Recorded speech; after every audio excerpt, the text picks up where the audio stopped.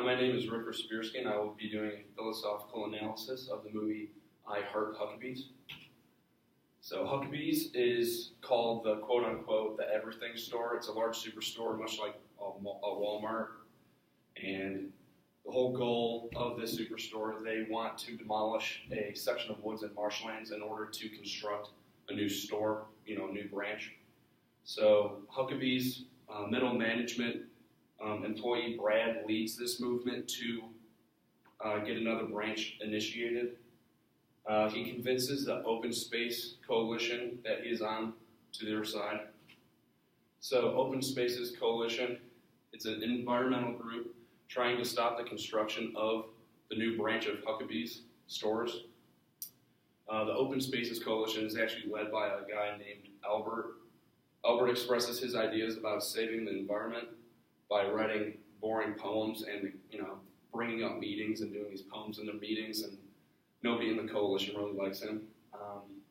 His followers get bored of his dull ideas and look for guidance from his arch-enemy, who's actually Brad, who wants to build the Huckabee store. So more about the movie. Albert and Brad have conflicting interests, obviously, considering that one wants to build the store and one is trying to stop the store from being built.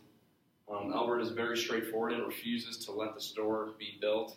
Brad lies to members of the coalition and says that he stands with them, he's on their side, and will absolutely not destroy the marshlands that they're so trying to protect. Brad takes control of the coalition ultimately, and obviously this creates even more conflict in between Brad and Albert, considering that Albert got kicked out of his own coalition that he started. Albert starts to question everything about the universe and his existence.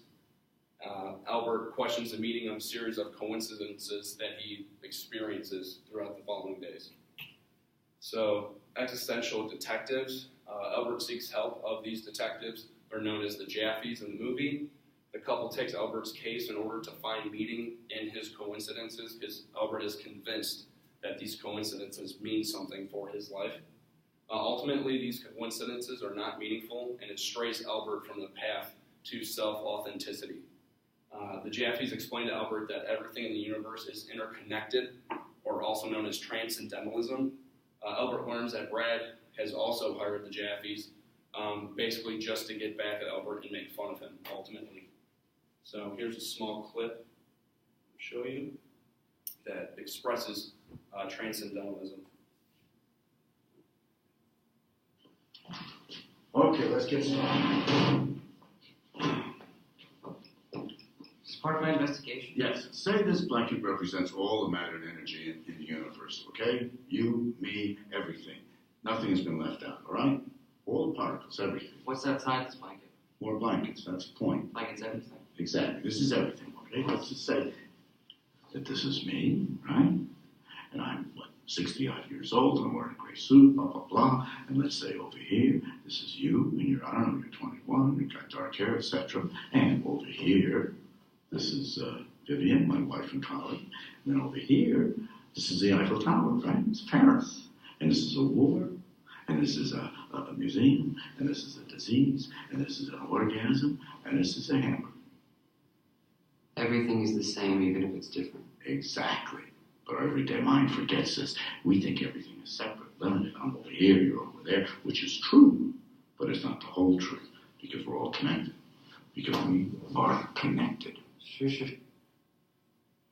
Okay, so obviously in that video he explains what transcendentalism is.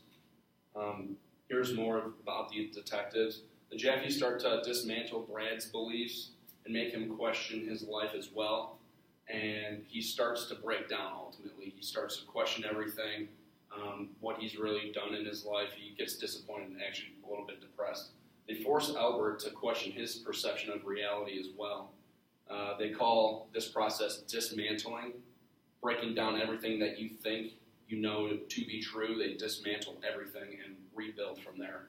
The Jaffies introduce Albert to another client of theirs who's also in the dismantling process. His name is Tommy.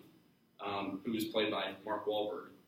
During this process, Albert and Tommy start to question the advice given to them by the Jaffies. They're questioning their methods. So, Katerine, and she expresses skepticism and nihilism. Albert and Tommy seek help from another existential detective named Katerine, who is actually the protege from the Jaffies. The Jaffies taught her everything that she knows, but she kind of went her separate way, and she became more of a skeptic. She teaches them skepticism and nihilist ideas. She explains to them that the world is cruel, meaningless, and manipulative. So she teaches them how to become a pure being by disconnecting their inner beings from their daily lives and problems. Albert and Tommy find bliss in the pure being experience, yet she tells them that it is inevitable to be drawn back into human drama, pain, and suffering. They do not believe that they will be drawn back into this human drama. They think they can live blissfully forever, and that's just not true. She proves to them that by taking Albert into the woods and having sex with him and leaving Tommy out, and this, displays what she was telling them. You're going to be drawn back into human drama, no matter how happy you are at that point in time. Here's another little video explaining this. Okay, it is not working. Okay, continue. Okay, so ideas collide. The two ideas of the Jaffies and Katerine obviously collide because they're on two different sides of the spectrum. The Jaffies being more optimistic, and Katerine ultimately just being very skeptical of life in general.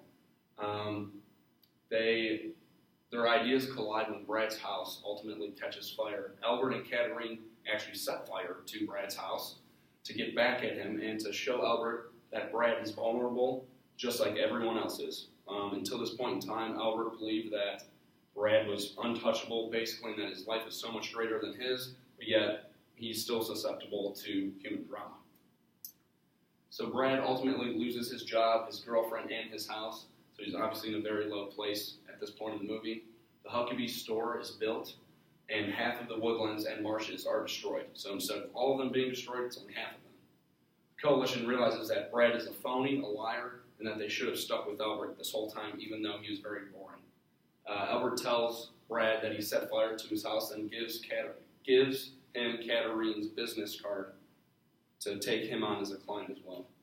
So, once again, ideas colliding. Albert, Tommy, and Brad decide that they do not completely agree with either ideas presented by the Jaffies or by Katerine. They decide to combine the two ideas and create their own kind of idea of how the world works.